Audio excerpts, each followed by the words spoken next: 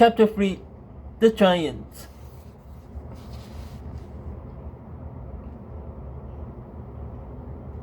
In 1501, Michelangelo had from friends in Florence that a large block of marble at the office of most of Florence Cathedral was available for a sculptor to use. The marble had been brought to the city about 40 years earlier for a sculptor to carve a statue of the biblical hero David.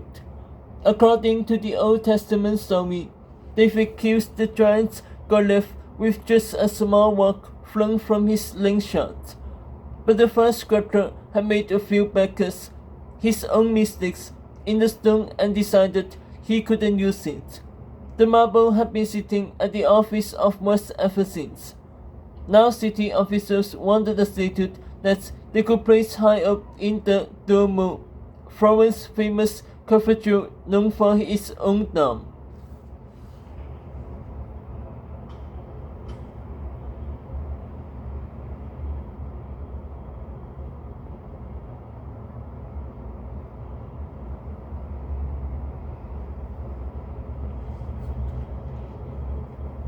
Michelangelo visited to Florence.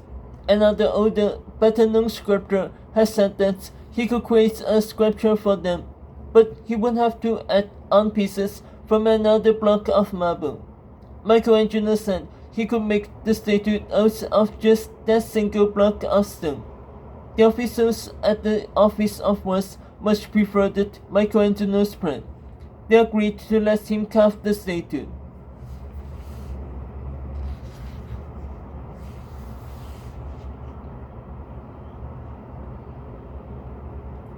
The art of sculpting.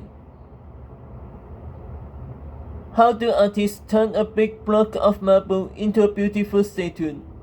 First, most artists will make a small model of the statue they want to sculpt. In Michelangelo's time, the model would have been made of wax or clay. Next, they might sketch a rough outline of the statue on the marble. Then they use a hammer and a large chisel to hack away all the marble that won't be part of the finished statue. With a fork or claw chisel, artists chip away at the marble and shape the statue. Most artists use a tiny, flat chisel to create the finer details of their statues, but Michelangelo liked the grooves made by fork chisels.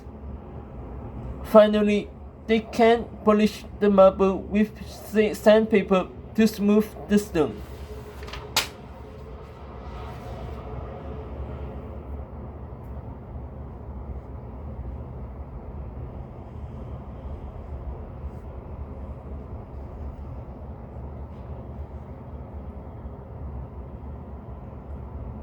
Michelangelo started working on the statue on September 13, 1501.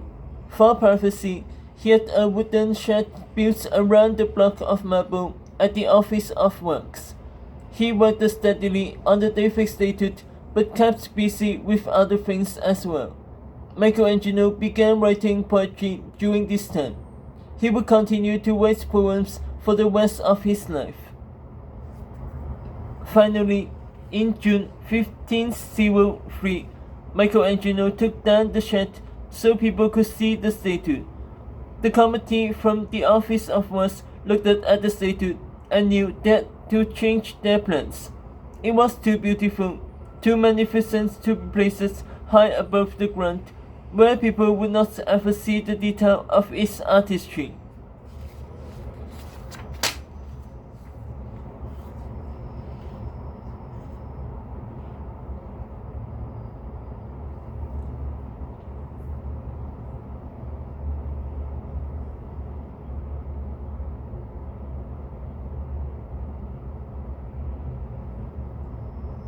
David is about 17 feet tall and weighs around 6 tons. He stands with his weight on his right leg, with his left leg relaxed in front of him. The rest of his body is turned slightly, and a sling is flung over his left shoulder. In his right hand, he holds a rock. He looks off into the distance, as if he has just spotted Goliath and is preparing to fight. This post gave Michelangelo another opportunity to show how closely he has studied the human body. The muscles are tensed in David's right leg, and the skin around his chest and ribs is scratched and twisted like a real person's might be.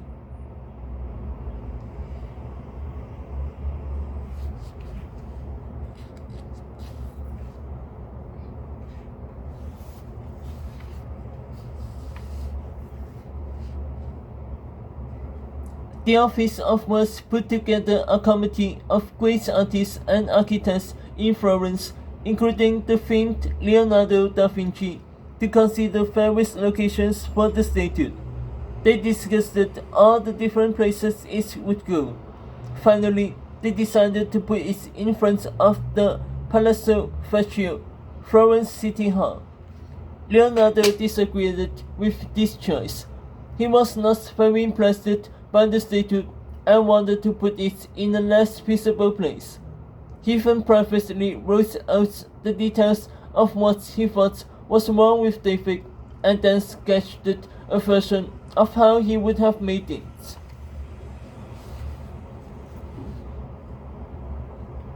To move the giant sculpture, an architect designed a frame where the statue hung from beams across the top of a platform, so it would not be damaged by bumps in the road. The cast was hurled across temporary wooden tracks laid down for the occasion. It took 4 days and 40 men to move it. People quickly nicknamed the statue Second Giant or the Giant. The statue arrived at its new location on May 18, 1504.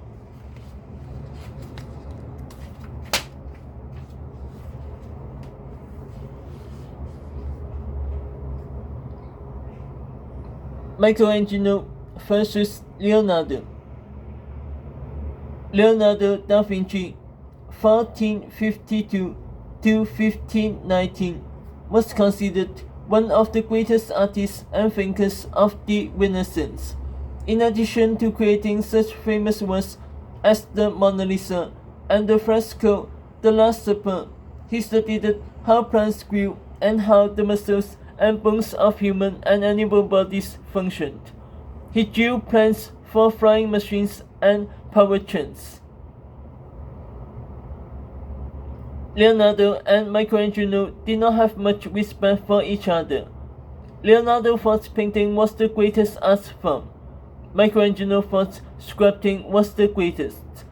Leonardo blended the lines of his paintings to give them a soft, smoky look. Michelangelo painted sharp lines and shadows to make his paintings almost seem like sculptures. Leonardo was considered good-looking and he was well-dressed. Michelangelo was not known for his looks and he wore the same clothes all the time.